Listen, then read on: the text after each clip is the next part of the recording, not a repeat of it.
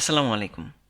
আমরা যখন এডিটরে কোড লিখি এবং ব্রাউজারে রান করি তখন আউটপুট দেখতে পাই, কিন্তু কোনো কোড দেখতে পাই না। যেমন আমি এখানে এসে একটা বি ট্যাগ লিখলাম এবং এর ভিতর লিখে দিলাম হ্যালো।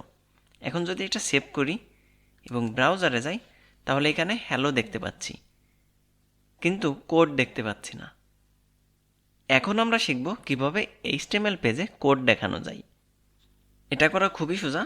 জাস্ট আমি এডিটরে এসে একটা ট্যাগ ব্যবহার করতে হবে, যে ট্যাগের নাম হলো XMP।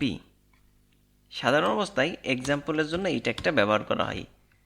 দেখেন, এখন যদি সেভ করি এবং ব্রাউজারে যাই তাহলে এই যে হ্যালো ট্যাগ সহ দেখতে পারতেছি। এর ভিতরে আমরা যেটাই লিখি না কেন, যেমন আই ট্যাগ ব্যবহার করলাম, তার মধ্যে বলে দিলাম, সেভ করলাম, দেখেন হুবহু ট্যাগগুলো এখানে দেখাচ্ছে। তবে একটা বিষয় মাথায় রাখবেন, HTML5 এক্সাম ট্যাগ ব্যবহার করতে নিরুৎসাহিত করে। অর্থাৎ HTML এর শেষ ভার্সন বলে যে আমরা যেন এক্সাম ট্যাগ ইউজ না করি। এখন কথা হলো, আমরা যদি এক্সাম ট্যাগ ব্যবহার না করি তাহলে কি আমরা HTML কোড ব্রাউজারে দেখাতে পারবো না? হ্যাঁ, পারবো। কিভাবে? আমরা এখানে এসে এই বি ট্যাগটা ব্যবহার করলাম এবং দেখেন এখানে আউটপুট দেখতে পাচ্ছি।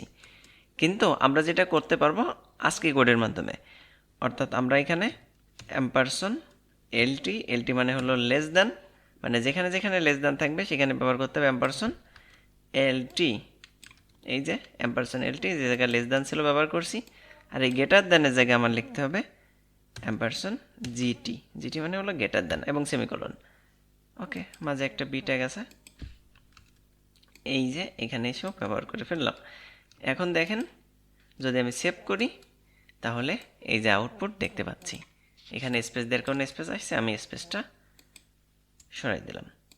তাহলে বুঝতে পারছেন যেখানে লেস দ্যান হবে এলটি মানে লেস দ্যান, আর যেখানে গেটার দ্যান হবে জিটি এবং লাস্টে সেমিকোলন দিয়ে দেব।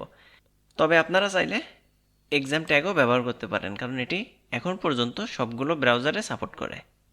তো আশা করি আপনারা বুঝতে পারছেন। যদি কোনো কোয়েশ্চেন থাকে অবশ্যই কমেন্টস করবেন। আল্লাহ হাফেজ।